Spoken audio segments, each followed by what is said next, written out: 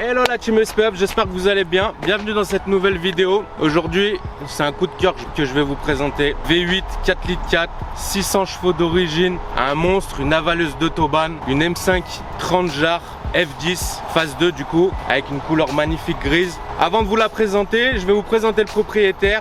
Venez avec moi, je vous présente. Hello Nelson, comment ça va? Ça va et toi? T'as la forme? Ouais, nickel. Mesdames et messieurs, je vous présente Nelson Major. Alors vous avez dû sûrement le voir sur les réseaux, à la télé. Il fait les championnats du monde d'endurance en moto, c'est ça? C'est ça. Tu roules avec quoi comme moto? Donc chaque année ça change. Cette année j'ai roulé sur une Kawasaki ZX-10R. Ok. En général l'année dernière c'était sur une BM, l'année d'avant Aprilia RSV4. Ok.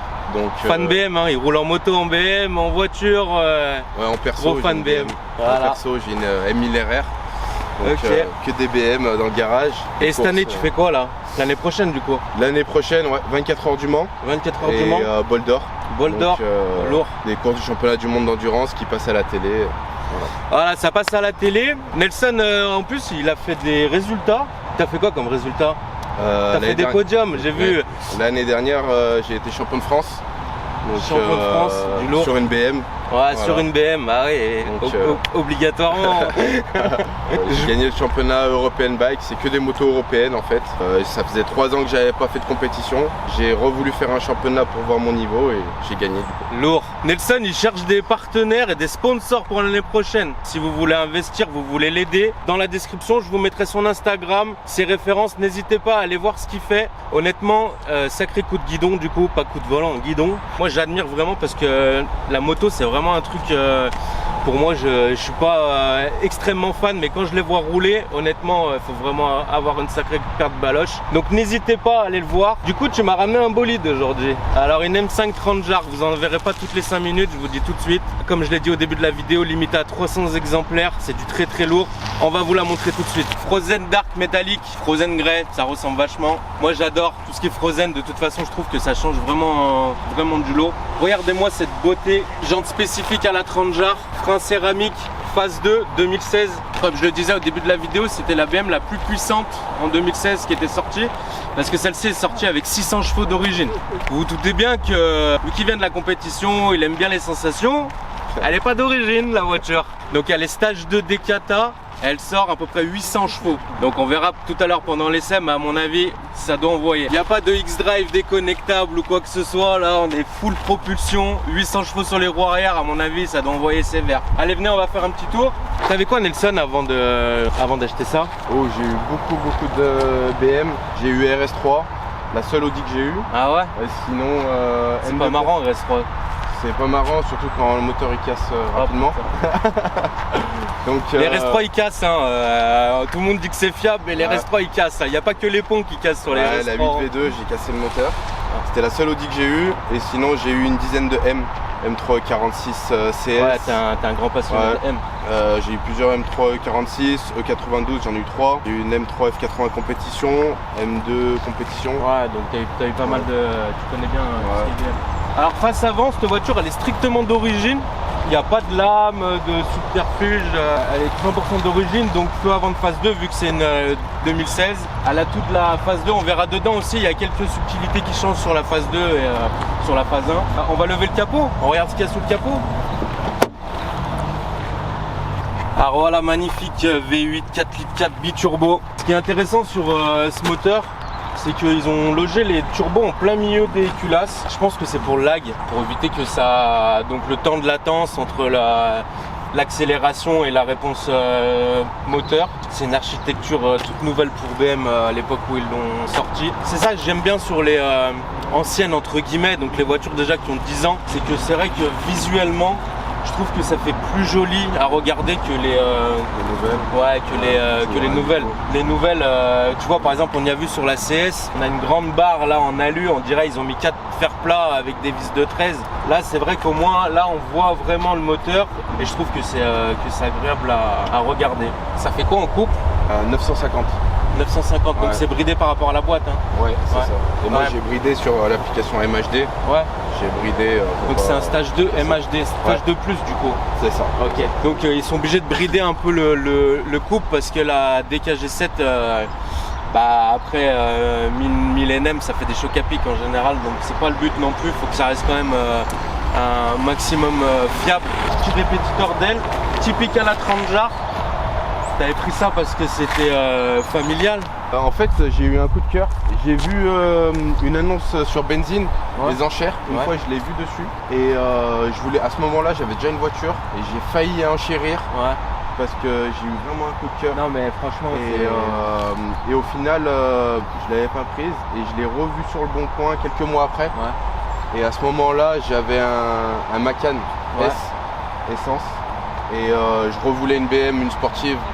Et du coup j'ai proposé une reprise et le mec il a accepté. Regardez-moi ce cul les amis, c'est vraiment magnifique. Le combo couleur, jante, elle est incroyable cette voiture. Tu m'étonnes que tu es obligé d'avoir un coup de cœur. Il y a de la place, c'est confortable. Il y a de la place, c'est confortable. Regardez l'arrière, le siège bébé. Donc là, il est content. Ouais, bah le petit à mon avis il doit avoir pas mal de sensations dedans. C'est ça. Tout derrière c'est tout en Alcantara, moitié cuir, moitié Alcantara. On a les sièges chauffants, clim arrière automatique. On est vraiment sur, c'est une full option de toute façon. C'est une full option. Les sièges, viens Brian. Les sièges avec le petit logo 30 jarres. Le son bang. Le son bang et Olufsen. Le petit volant de la phase 2. Alors ça c'est le volant qu'on retrouve sur le M3, M4. Honnêtement ça fait la diff parce que le volant de phase 1 ça fait tout de suite vieux. Siège badgé 30 jarres devant. Honnêtement l'intérieur c'est une dinguerie.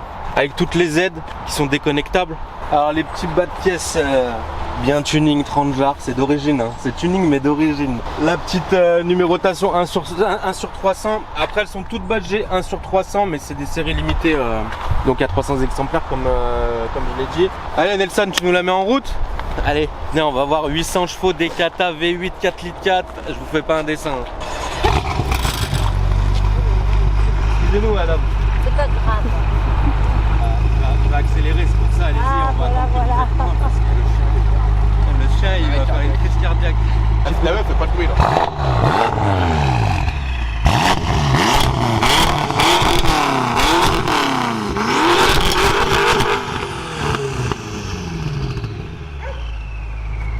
Lourd. C'est une électrique. Allez les amis, on va faire un petit essai. Avant tout, Brian il va vous faire des petits plans, comme d'habitude, des petits plans du Seigneur. Allez, c'est parti.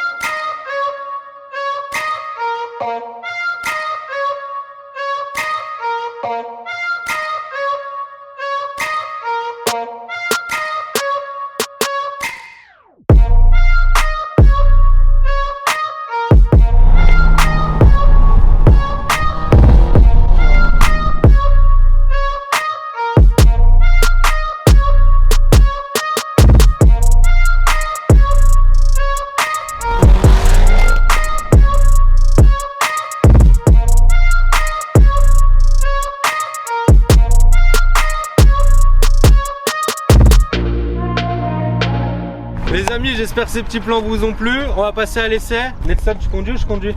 Allez, je te laisse les clés. Aïe aïe aïe aïe. Allez, fais confiance. On va faire un tour.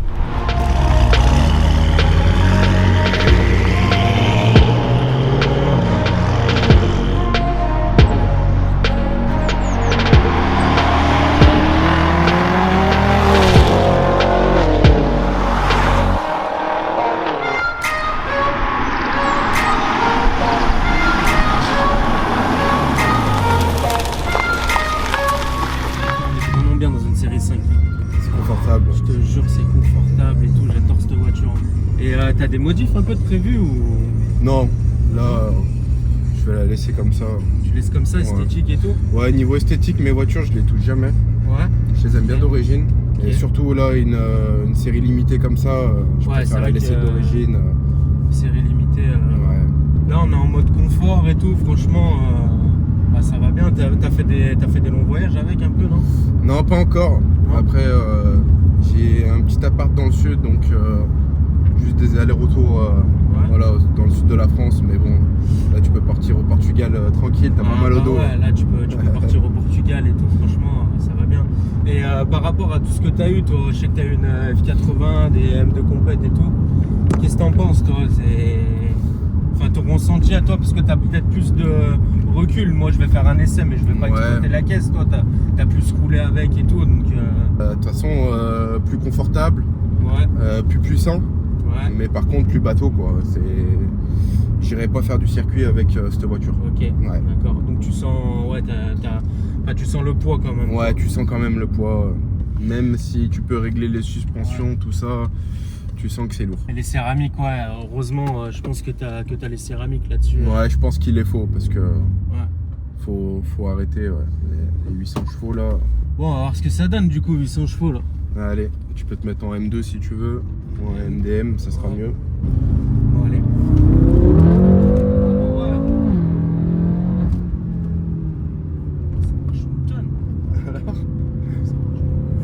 Tu sens qu'elle se dandine quand même. Ouais.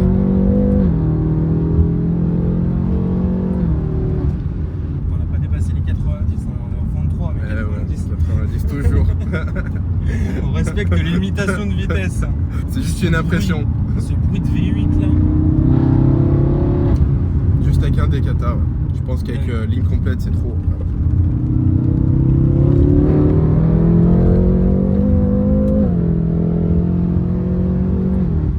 MDM, on sent que elle brille encore. Elle brille encore. Ouais. J'ai le même ressenti. Marche, le couple et tout. Incroyable.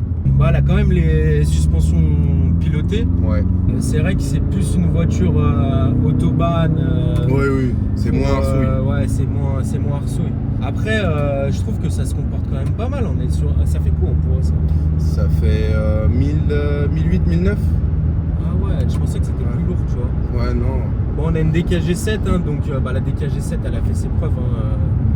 Franchement, ça va super bien, c'est réactif, c'est comme la M4, comme la M3 quoi. C'est ça. En conso, qu'est-ce que ça donne? Je sais pas. Je suis à 15. Là. 15 litres mix. en arsouillant un peu. Un peu des deux, des fois je roule vraiment tranquille et puis des fois j'en vois un petit peu, ça donne 15. Franchement c'est pas délirant. Bah c'est pas délirant parce que moi je vois sur la M4 quand je la ressouille je suis bien à 13-14 hein. Ouais ça va. Donc franchement pour un V8 4x4 puis ça fait 800 chevaux quoi. C'est sûr. Par rapport au C63 parce que j'ai eu un C63 aussi, les premières, ça consomme beaucoup plus le C63 que la M5. Franchement ça se conduit bien, c'est hyper confort. On sent que derrière en plus il y a des gros sièges, ils te serrent. Siège massant. Siège massant, ventilé. On est dans une berline sportive on va dire et c'est confort. Tu sens que ça marche, ça répond. Il y a du couple, il n'y a pas besoin de la cravacher. C'est ça. Qu'est-ce que tu veux reprendre après ça? En ce moment, je sais pas trop. J'ai peur de m'ennuyer avec une voiture moins puissante. Après soit faut faire des concessions, prendre un truc moins puissant, plus agile. C'est ça, après j'ai pas envie non plus de faire du circuit, mais j'aimerais bien essayer une hypercar. J'ai jamais eu. Donc, là après c'est plus du tout la même philosophie, après c'est une voiture perso du coup. C'est ça. Là tu peux plus amener la famille. Ouais exactement. On sent que la caisse elle est saine aussi, il n'y a pas de bruit bizarre, ça fait pas de clong. Ça vit moins qu'une M4 ou qu'une M3. Moi je sais que la mienne elle vit un peu plus, on sent des petits accos, elles font tout ça. Tu ressens un peu tout. Celle-là c'est vrai qu'on sent vraiment, on sent rien quoi. La propulsion franchement.